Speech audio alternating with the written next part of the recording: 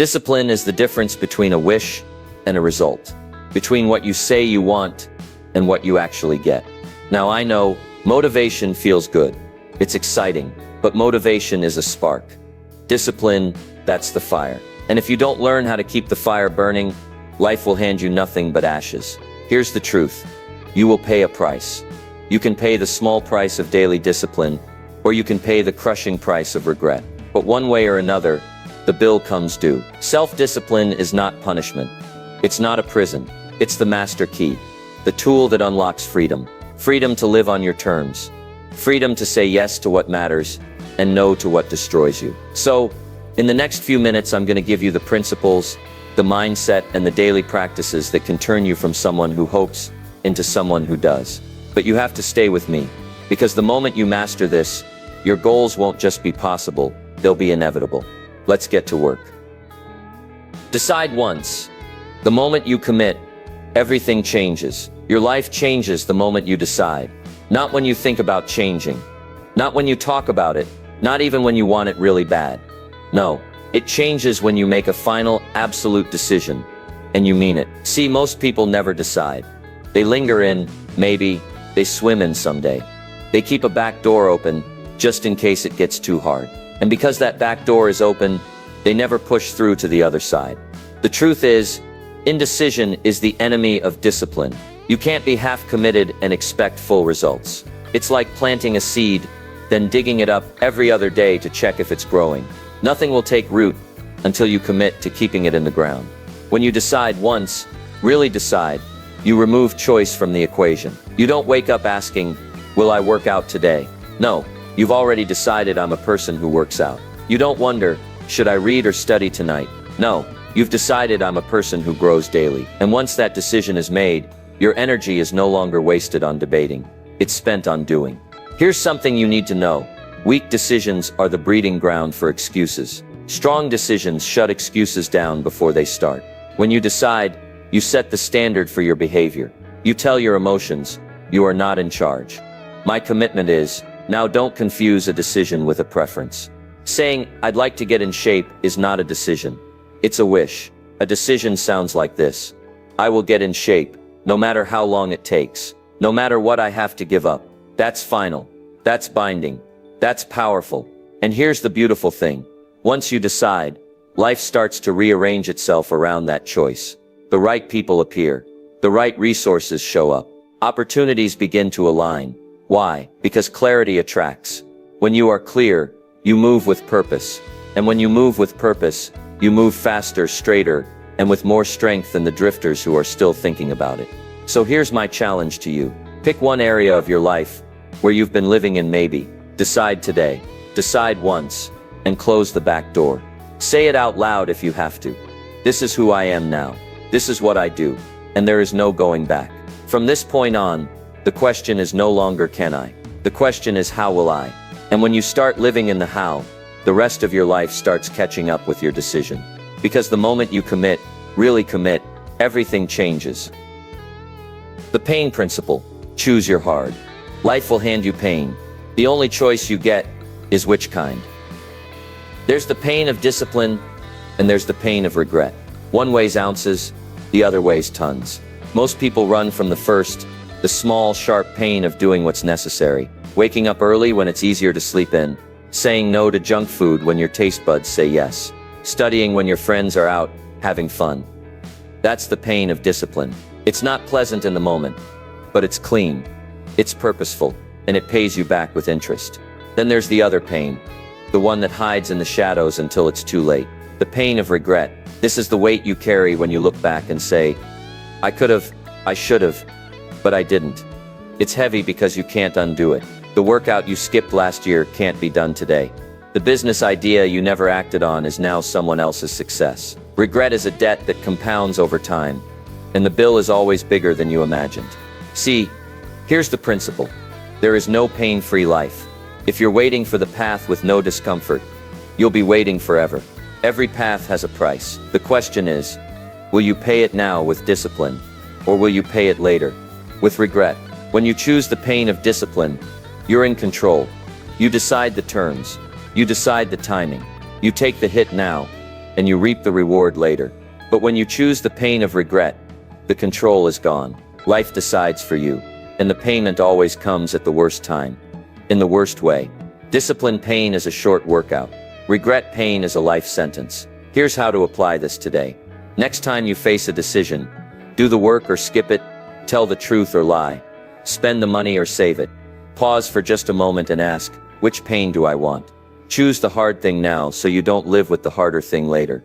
Remember, the pain of discipline will make you proud. The pain of regret will haunt you. And in the end, life will always reward the one who chose their hard wisely. Because the truth is, discipline hurts now.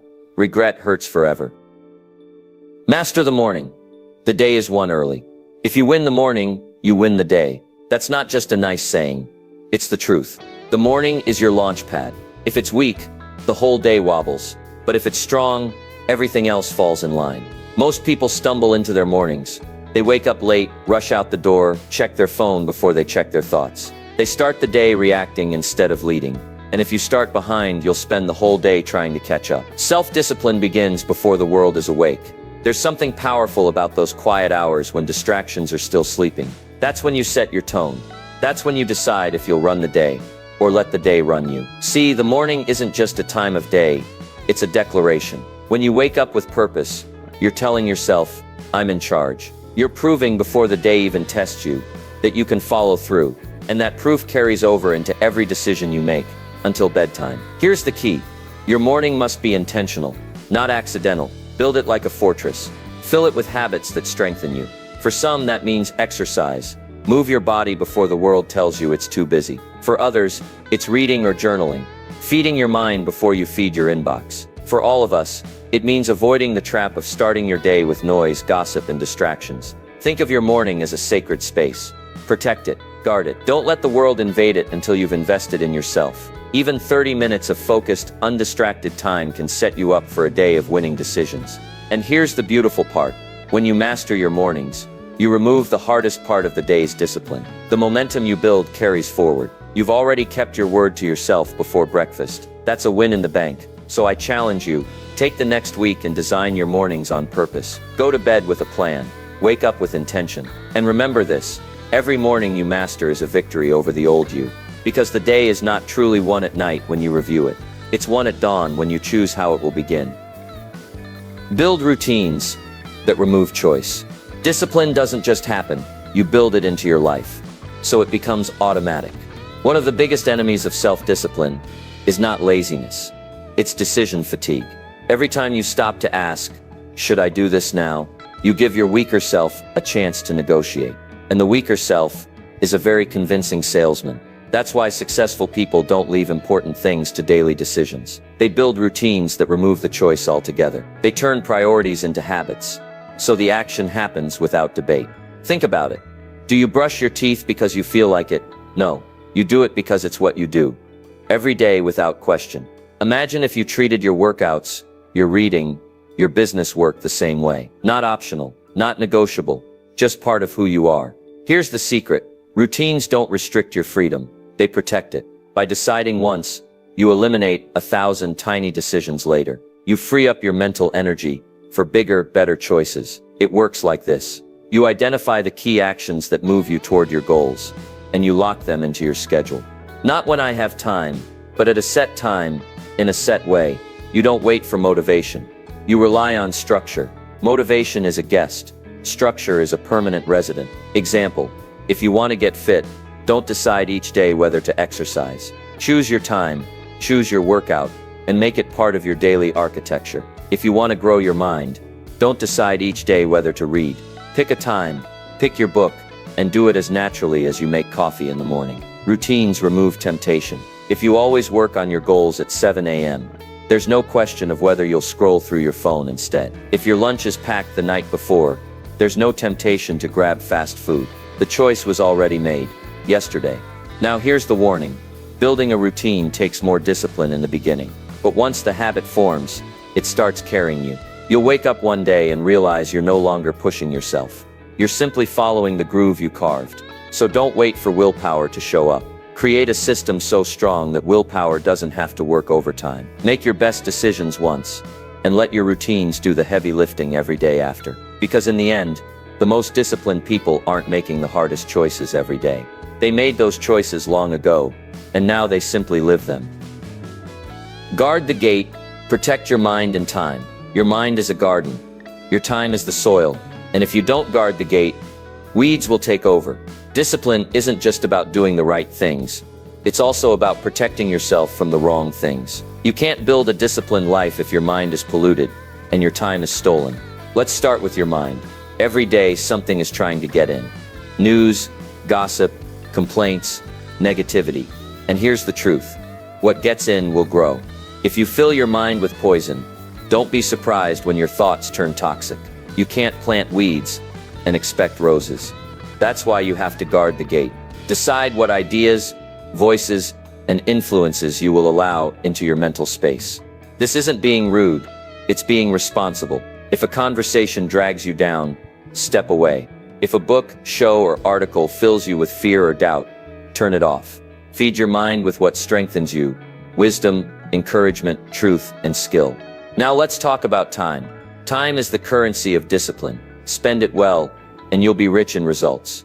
Waste it, and you'll be bankrupt in opportunity.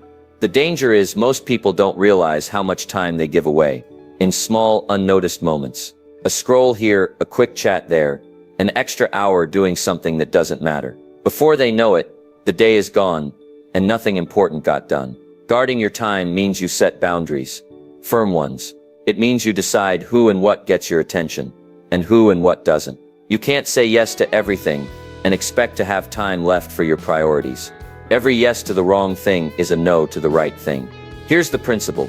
If it doesn't move you toward your vision, it's a distraction. No matter how good it looks, discipline is not just doing more, it's doing less of the wrong things. And guarding the gate is a daily job. Weeds grow back, thieves come again, distractions will keep knocking.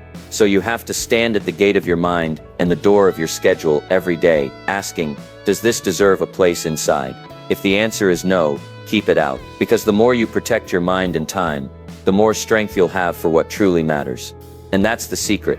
Discipline isn't just about what you do, it's about what you refuse to let in. Use accountability as a discipline multiplier. Discipline is strong, but discipline with accountability is almost unbreakable. You can make promises to yourself all day long, but let's be honest, it's easier to break a promise when no one's watching. That's where accountability comes in.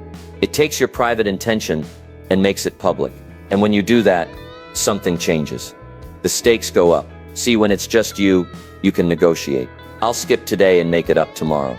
I'm too tired, I'll start again Monday. You can tell yourself those little lies, and no one calls you out. But when someone else knows your commitment, when someone's watching, those excuses lose their power. Accountability multiplies discipline because it adds external pressure to your internal drive. It's the training partner waiting at the gym, the mentor who checks your progress, the friend who asks, did you do what you said you'd do? Here's the secret. Accountability works best when it's intentional, not accidental. You have to choose the right people, not the ones who let you off the hook, but the ones who care enough to tell you the truth, the ones who will challenge you, not just cheer for you. And accountability isn't just about people. Systems can hold you accountable too. A calendar that tracks your workouts, a journal where you record your progress daily, a scoreboard on the wall showing how many calls you made, pages you wrote, or hours you studied. Numbers don't lie, results don't lie, and when they're visible, they keep you honest. Now don't misunderstand. Accountability isn't about shame, it's about leverage. It's about creating conditions where it's easier to follow through than to quit. When you know someone will ask, how's it going? You prepare an answer you'll be proud to give. So here's your challenge. If you're serious about mastering discipline, don't walk alone. Find one or two people you trust, people who won't settle for your excuses, and tell them your goal, tell them your timeline, tell them to check in, and give them permission to call you out when you drift. Because discipline grows in the dark, but it becomes unstoppable in the light, and accountability is the light that keeps you on track. Discipline in the small things creates big victories. If you can't be trusted with the little things, you'll never be trusted with the big ones. Discipline doesn't start with the huge, life-changing moments. It starts with the everyday, ordinary, small decisions that nobody sees. The little commitments that over time shape your entire life. Most people want the big victory without the small sacrifice. They want the championship without the early morning practices. They want the promotion without the late night study sessions. They want the dream body without saying no to dessert. But life doesn't work that way.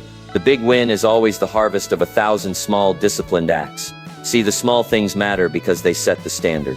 If you let yourself slide on the tiny commitments, leaving dishes in the sink, skipping a 5-minute stretch, ignoring the alarm for just 10 more minutes, you're training yourself to be undisciplined, and that habit will show up when it matters most. But here's the magic. The opposite is also true. When you train yourself to win the small battles, you develop the muscle to win the big ones. Making your bed in the morning may not change the world, but it changes you.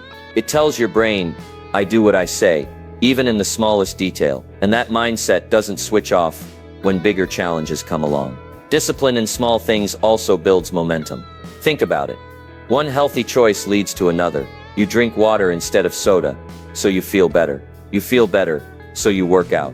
You work out, so you eat cleaner. Small wins create a chain reaction that turns into a big victory. And here's a truth you can't ignore. Success is rarely the result of one massive decision. It's almost always the sum of consistent small actions done over and over again. The book you read for 10 minutes a day, the 5 sales calls you make before lunch, the journal you write in each night. They may feel small today, but they're laying bricks for a fortress you'll stand in tomorrow. So here's the challenge. Pick one small area of your life where you've been sloppy. Tighten it up. Make it a point of pride, because when you master the little things, you're proving to yourself that you can handle the big ones. Remember, the road to your greatest victories isn't paved with giant leaps. It's built step by disciplined step, in the small moments no one is clapping for. Turn setbacks into strength. A setback is not the end of the road, it's a bend in the road. And if you keep driving, you'll get through it. We've all been knocked down. We've all made mistakes. We've all had those days when nothing went right, and the temptation to quit whispered in our ear. But here's the difference between the average and the exceptional. The exceptional don't waste a setback. They use it. See, discipline isn't tested when things are going well. Anyone can follow the plan when the sun is shining, and the wind is at their back. Real discipline is tested in the storm. When you miss the goal, when you fail the test, when the deal falls through, when life doesn't cooperate. Most people let setbacks break their rhythm. They miss one workout, and suddenly it's been a month. They blow one healthy meal, and suddenly the diet's ruined. That's not discipline, that's all or nothing thinking. Here's the truth. A single stumble doesn't erase all your progress. It's not falling down that destroys you. It's staying down. The disciplined person has a reset rule. They get back on track immediately. They don't wait for Monday. They don't wait for a new month. They bounce back now. And here's the magic. Setbacks carry lessons that victories can't teach. When you fail, you get feedback. You learn where you're weak, where you got distracted, where your plan wasn't strong enough. And if you're willing to be honest with yourself, that feedback can make you stronger than you were before the fall. Think of a muscle.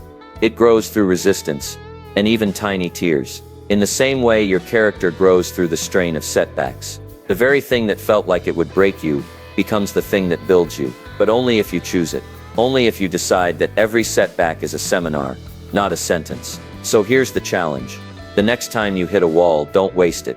Pause, learn, adjust, and then move forward with more strength than you had before. Let your comeback be the proof of your discipline, because in the end, the strongest people you know aren't the ones who never fell.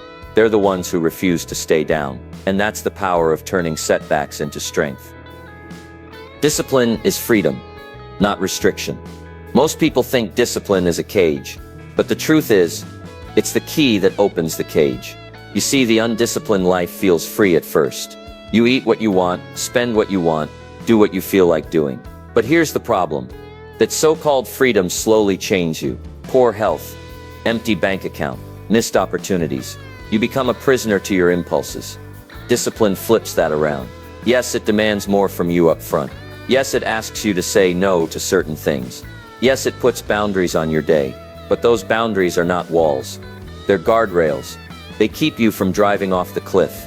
And once you stay on the road long enough, you start to realize this road is leading somewhere worth going. Discipline gives you the freedom to walk into any room with confidence because you've done the work.